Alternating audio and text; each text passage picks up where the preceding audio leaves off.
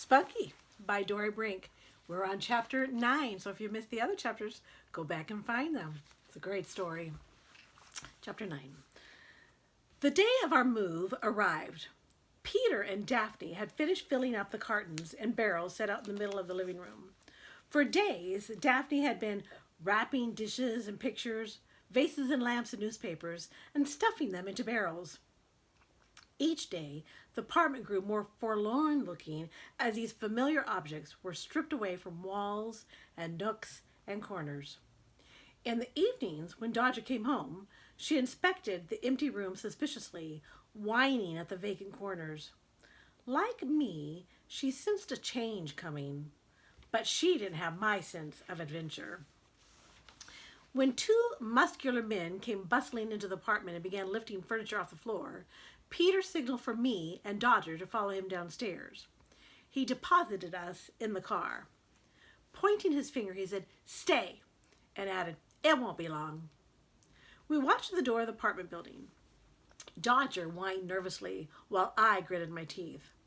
She was moving restlessly back and forth across the seat, and I hoped she wouldn't step on me. Yay, the door opened, and there were the two men. Out came our couch onto the street. Next, Peter's armchair. The sight of the cozy chair sitting on the pavement made my stomach queasy. I was relieved when the men put the chair and the couch into a big truck parked in front of our car. One by one, the other pieces of our furniture were fed into the truck. Then came the barrels and crates. They were carefully closed and sealed, their contents well buried. Next came Mrs. Baxter. Her head was loosely covered with a flowered material which only partly hid the rows of curlers underneath. She clutched her skirt and minced toward the car, squinting with curiosity. I smiled through the window at her, but Dodger leaped in front of me and snarled at the strange face peering through the glass. Mrs. Baxter's jaw dropped, doubling her chin. A look of horror froze her eyes. I thought she would never move, but I was wrong. Her hand suddenly flew to the sides of her head, and she ran back into the building as fast as a bird flapping its wings. She didn't come out again. At last, Peter and Daphne appeared, and after a few words with the men, got into the car with us. We were on our way. Dodger was still tense, but at least she kept to her side of the seat. Her nose was pressed against the window. I had an open window to look out of and tried to see as much as I could as we swept along. Soon, we were turning off the highway and approaching a strangely familiar area. I sniffed the air and pricked up my ears in surprise. I knew this place. This was where I had found Peter. Yes, there were the houses Peter was building, and the rows of older houses with people living in them.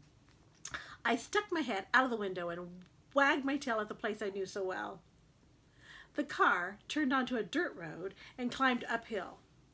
I sniffed the trees and flowers of grass we were passing, and my heart beat faster with excitement. The road curved, and now I could see a large house sitting at the top of the hill. Right behind it were the looming mountains I had only seen before from a distance. The road led up to a flat stretch of land between the house and the mountains. The car came to a halt. The house was now before us in full view and seemed enormous. The door clicked open and we bounded out of the car. Suddenly, Dodger stopped short. The hair along her spine was standing up, and she had that wild look in her eyes again. Then I saw them too. Lying across the entrance to the house were two long-bodied coyotes. They did not stir. "They look as if they own the place," Daphne said. "They do," Peter replied. "They live off the land and use this house for shade and shelter. It's been empty for a long time." The eyes of the coyotes were watching us with an infuriating indifference, slanted as though half asleep. "Maybe I should offer them some food. They look half-starved," Daphne said to Peter. "Don't. You'll never get rid of them that way." Daphne took a few steps toward them. She bent forward and put out her hands. "Come," she called. One of the coyotes got up and slunk along the side of the house. The other one followed. Both had their tails between their legs. Daphne straightened up. "My, they're ugly," she said. They were. Their slippery movements made them repulsive to me. Dodger was drooling heavily out of the corners of her mouth. Her hind legs were wide apart, and her nostrils stretched. I placed my hind legs far apart too, and stood just a few paces behind her, waiting. The snarls began. They came from deep inside Dodger's throat. Now her fangs were exposed, and a snarl drew her nose far back into her face. Now I knew what to do. I barked loudly, tossing my head about for emphasis. Peter had Dodger by the collar and was holding on tightly. She roared at the coyotes, and the muscles of her neck bulged out of her smooth coat. "Peter," Daphne said, "don't let Dodger go. I'm afraid of these animals." But there was no holding Dodger back. With a powerful lunge, she freed herself from Peter's grasp and seemed to fly through the air toward the coyotes. Soundlessly, they sped away. I ran after Dodger. Her graceful, smooth body leaped far ahead of me. A few feet from a huge boulder, Dodger stopped short. The coyotes had darted behind it and for the moment were hidden from sight. Every muscle of Dodger's body was taut. I stood beside her, waiting for the next move. We had a glimpse of a darting head, then a tail protruding from the jutting rock. Still, we held our ground. It was clear they had the advantage over us. They could rush down the slope at us much more easily than we could rush up to them. We waited. Then Dodger began to move. Not a sound of rustling could be heard. I watched her go, instinctively knowing I could not move like that. She angled off to one side, making a wide semicircle until she was behind and above the rock. Then she lunged down at the coyotes. I saw them dart away in different directions, yelping and pulling their tails in behind them. When we could no longer see them, Dodger snorted her satisfaction to me. I looked up at her with undisguised admiration. A brief smile lit her face. Then, with a toss of her head, she motioned for me to follow. We headed back to the house. It was all ours now. Chapter 10. I was free. Truly and really free. No leash around my neck. Nobody making me do this or that. First, we ran through the rooms in the big house, sniffing everywhere, upstairs and downstairs. Each room had wide windows overlooking skies and trees and space. One enormous room had glass doors that swung out onto a circular terrace.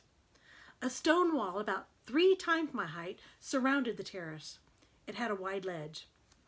I jumped up and could see the fields of tall grass stretching out to Peter's houses in the distance. Dodger's head reached above the wall, so she didn't have to climb up to see the view.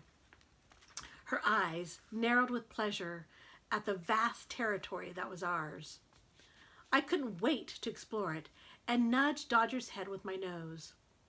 I jumped down and trotted across the terrace toward the back of my house. When I looked around, she wasn't following me. She was going back inside the house. I couldn't understand it. Why would she want to stay inside when there was so much to be explored outside? I ran down the dirt road at the side of the house, through the fields toward Peter's houses, then up the road again, past her house, and high into the mountains and back. With a dizzy thrill, I looked down on the house. I saw the men carrying box-sized cartons on their shrunken shoulders. I was bigger than they were, and I could go anywhere I wanted. There were thousands of twigs and leaves to sniff, each bearing the scents of unknown and unseen creatures who had been there before me. I moved through tangled bushes, and some of the creatures came out of their hiding places to poke their heads out at me. A wide-eyed rabbit blinked its eyes, then bobbled away. A rattling noise caught my attention, and I glimpsed the tail end of a snake slithering away. The sound warned me of danger, and I did not pursue it. I began to sense the privacy each creature craved. Although they all fascinated me, I quickly learned not to get too close to them. Hours passed. It was an endless world of intriguing discovery. My nostrils twitched. There was something foreign in the air. Smoke coming from the house. I could see the dark vapors rising above the roof. A feeling of panic gripped me, and I ran toward the house as fast as I could. Dodger was waiting for me at the bottom of the mountain slope. When I reached her, she whined nervously and hovered over me. I stood perfectly still, not knowing what to expect, but she simply sniffed me up and down to make sure I was unharmed. When she was satisfied that I was all right, we ran around the house to the source of the smoke. We found it was only rising from a small grill on the terrace. Peter was standing there, a platter of raw hamburger browns balanced in his hand. We flanked his sides and watched his every move. This was to be our first barbecue treat. Peter put the meat on the grill, and instantly it sizzled, giving off a saliva-choking fragrance. We were wild with anticipation. When Daphne came outside with our bowls, mine had the usual layer of nuggets in it, and Dodger's had raw meat. But Peter did not fail us. With great ceremony, he broke pieces of the sizzled hamburgers into our bowls. Delicious! Between succulent bites, I raised my eyes to Peter in reverence. He was biting into a round of meat set inside a puffy bun. Oh, it looked good. I finished eating and sat down beside him to watch him chew. Before Daphne had a chance to tell me not to pester, Peter threw me a piece of his bun. It was delightful. Sure enough, Daphne said, "Don't give her bread. It's not good for her teeth, Peter." Dodger never had to be scolded. There she was now, sitting elegantly, a polite distance away from the table, keeping her head slightly turned to one side to avoid staring at them while they ate. How was it possible to have such good manners? Later, when the dishes were cleared away, Daphne brought out steaming coffee for herself and Peter, and biscuits for me and Dodger. Dodger's was much bigger than mine. Enviously, I watched the way she propped the huge biscuit between her paws, then chopped it down with delicate side bites. I tried to prop mine up too, but the biscuit kept disappearing in the thick strands of hair around my paws. I kept trying, but finally had to nibble at it from the ground. I was only halfway through when Dodger finished eating. I got up quickly to see if she had left any crumbs. Yes, she had. While I licked them up, Dodger stretched out sideways and watched me with a little smile on her face. When I finished the crumbs, and my own biscuit as well, I sprawled down beside Dodger. The cool stones felt pleasant against my body. Daphne and Peter sat nearby, sipping their coffee and talking quietly. "It was a good idea to rent this house from the company until I finished the property," Peter was saying. "Yes," Daphne agreed. "Now you can keep an eye on your work going on by just sitting out here on the terrace." "Well, I may have to go down the road and mingle with the workmen now and then," Peter laughed. "A construction manager's life is not an easy one." "When will the houses you're building in the fields near us be ready for people to move into?" Daphne asked. "It won't be long. You'll be having neighbors within a few months. The whole project will be completed inside a year." "And then we'll have to leave," Daphne sighed. "What's the company planning to do with this big house?" "They're going to make a nursing home out of it," Peter said. "Meantime, you can enjoy being a pioneer woman. Where I come from, nobody ever finds coyotes on their doorstep. I'm used to having people nearby."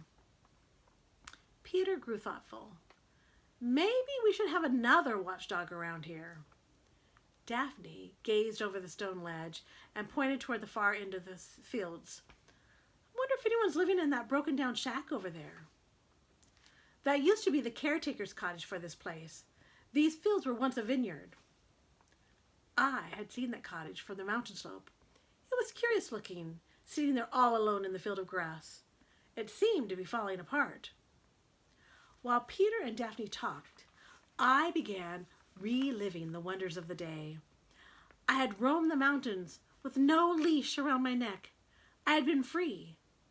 Suddenly I realized that instead of running away as I'd so often planned, I was lying here next to Big Dodger with no desire to go anywhere. A wary uneasiness came over me. I never wanted to lose my freedom again. Tomorrow, I would run off as far as I wanted to go, do whatever I wanted to do, see whatever I wanted to see. I'd start with that curious little cottage. These promises of adventure soothed my ruffled feelings, and I began to doze. Maybe, I thought a moment before falling asleep, I would just come home for dinner. During the night, I was jarred awake again and again by the howling of coyotes and shrieking rabbits, but Dodger's comforting closeness kept lulling me back to sleep until another sound awakened me. The roar of a car, getting louder and louder, was coming up the dirt road toward a house. A light flashed on in the hall, and I saw Peter coming downstairs with a flashlight in his hand. Daphne was behind him, pulling a robe over her nightgown. Dodger ran to Peter's side, whining nervously. Together they went outside through the kitchen door. I jumped onto the kitchen windowsill, using the chair beneath as a step. Daphne was crouched behind the half-windowed door, peering out through the parted curtains. The car swerved around to the back of the house and came to a screeching halt. The car door opened, and a light inside greased the faces of two men sitting on the front seat. They were smiling, only their smiles had a twisted look and didn't reach their eyes. Peter had a firm hold on Dodger's collar. "You're on private property," he said sternly. The man, close to the open door, swung his legs out and leaned toward Peter. "We like private property," he answered. Both men were laughing now, a shrill sound that made my spine hairs rise. I scratched the screen, whimpering, trying to warn Peter. Dodger was straining forward with all her might, her tail twitching fast. The next moment, she had bolted out of Peter's grasp and was springing at the man. He fell back on the seat. Roaring with fury, Dodger leaped inside the car. The men thrashed about wildly, screaming in terror. Peter lunged after Dodger, grabbed her collar, and pulled her out of the car. He slammed the door shut. A moment later, the engine roared and the car screeched away, stuttering to gain speed. Peter and Dodger stood together, watching the car until it disappeared. Then they came back in the house. I was at the door beside Daphne when she opened it and fell into Peter's arms, trembling and sobbing. Peter stroked her head. "We won't see those jokers back again," he said. Daphne knelt down and threw her arms around Dodger. Tears were running down her cheeks. Dodger licked them away. Peter patted Dodger's shoulder. "You did a fine job," he said. There was deep respect in his voice, and Dodger beamed, quivering with pride.